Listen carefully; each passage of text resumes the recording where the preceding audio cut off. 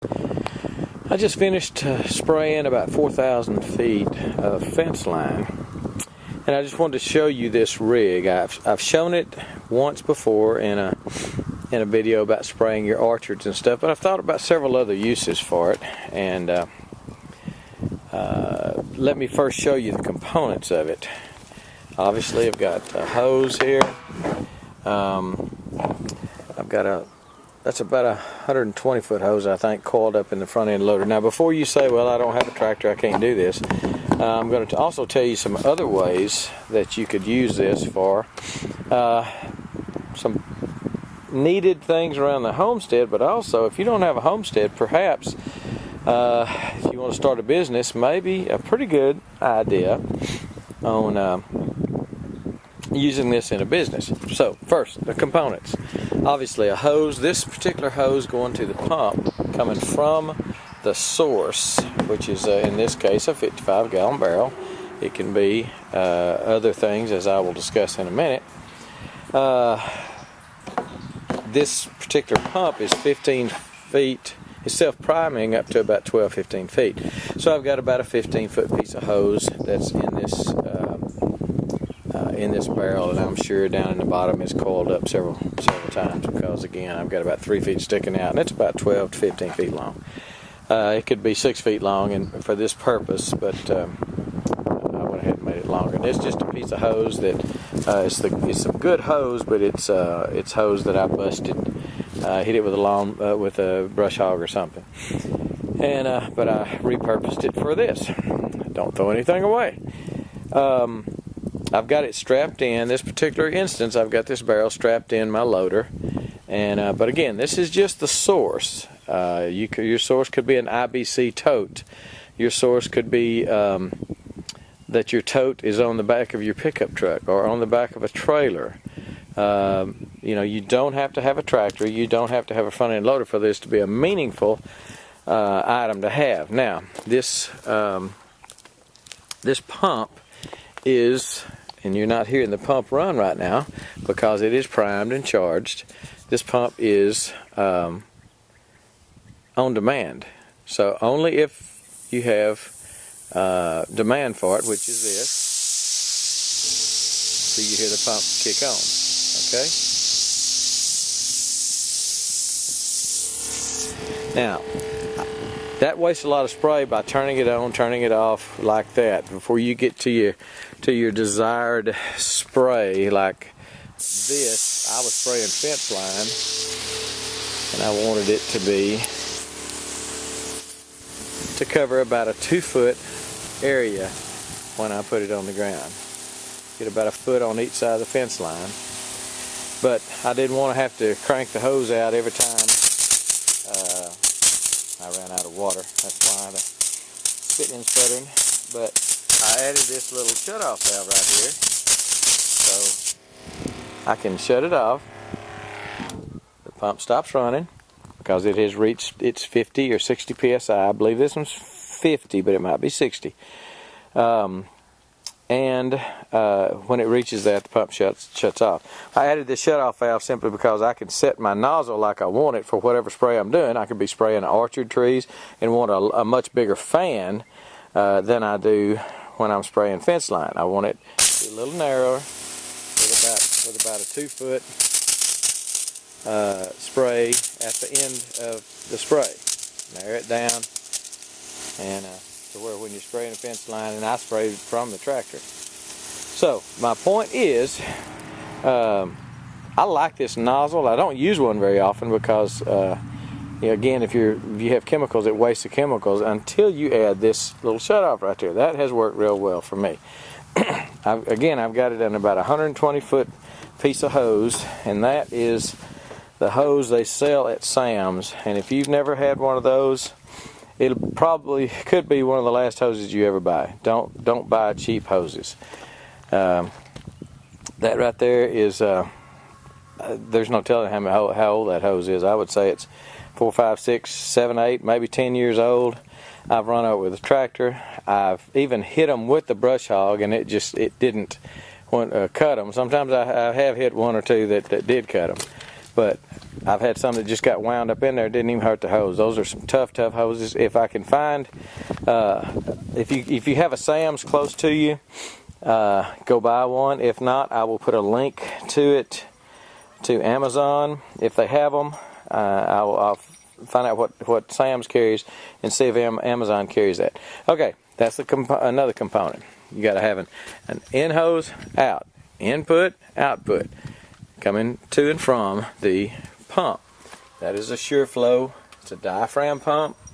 It is, again, on demand. This is your pressure switch right here. When it hits whatever it is, now I probably could see on there. I want to say it's 50 psi, which is about your household pressure. Most people run not over 50 for their household pressure, so it's plenty of pressure. Don't skimp on your hose, because if you go down to a 1/2 inch hose, you're not going to have the volume. Get a nice 5/8 hose, and so you'll have plenty of volume. Again, pressure switch here. It comes with I believe these are called 1/2 inch. 1/2 inch male threads. I believe it's called MPT, which is probably National Pipe Thread. And to be able to screw a water hose on this, I went from 1/2 inch female into the pump. Again, the pump's got a. I'll just show you a picture of the pump.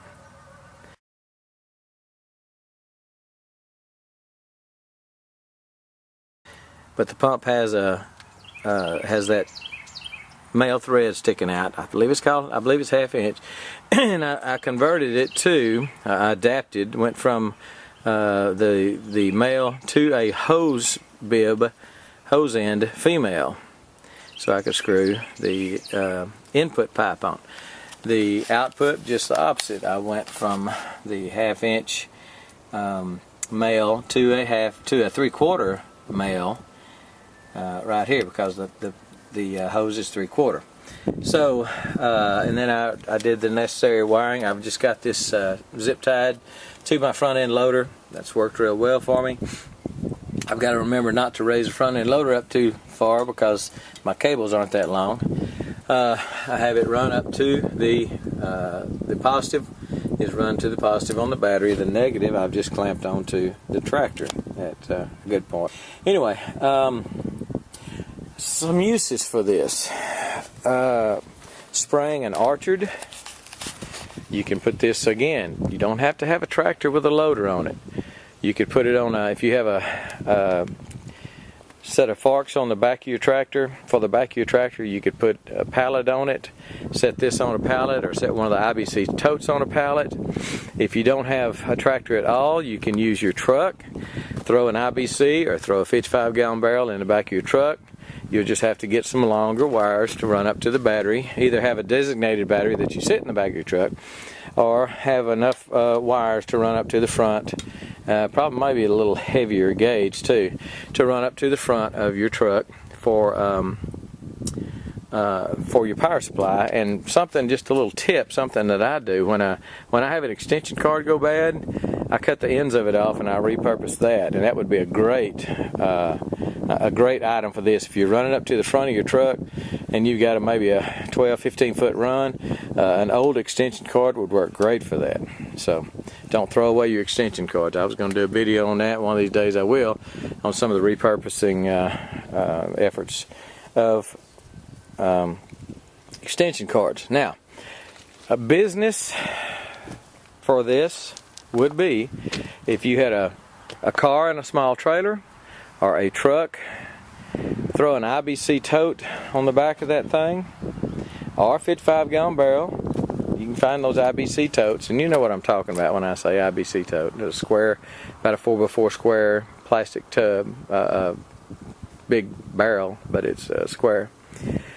Put one of those on the back of your truck, and with a couple of water hoses and a pump like that, you have got a mobile detailing unit.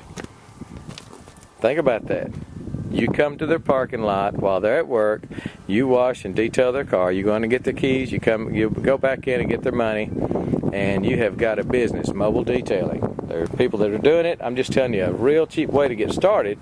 You would probably want, since that's a business, you'd probably want 2 of those pumps, not just one, because you're going to need a backup. But that could be a very lucrative business. Or power washing. Even when you're power washing, you have to have a way for the water to get to the power washer. Or at least mine you do. It has to have a water source that has some pressure on it. This rig with that pump will give you that pressure to a power washer. So you could have mobile detailing, have your power washer as part of that detailing unit, or just do it with a hose like this. So that's just a couple of things. As I've said before in another video, when I was burning some brush, this became invaluable to me as a mobile firefighting unit. If you live out in the country and it's a ways for a VFD to come to your house to put out a fire, a brush fire, and we're in a windy time of year right now, this it would allow you to go to the fire and head it off at the pass, so to speak. So this is just real handy. I use it for, if you do the spray right, if you do a real wide fan spray, you can spray, if you've got a bunch of fruit trees you need to spray, then you put it on a wide fan and you spray your fruit trees, or you change the nozzle or change the direction of the nozzle and do your fence lines, or use it for fire control, use it to detail cars. This could be a money maker for you. It really could. It could be a house saver for you if you've got a fire, but it could also be a money maker. So I just thought I'd show you this. I know I've shown it in one other video, but I just thought of a couple more uses for it, and I use the dog out of this thing.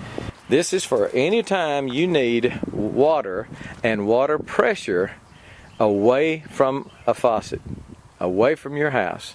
If you're off somewhere and need water, another thing would be watering cows, watering livestock.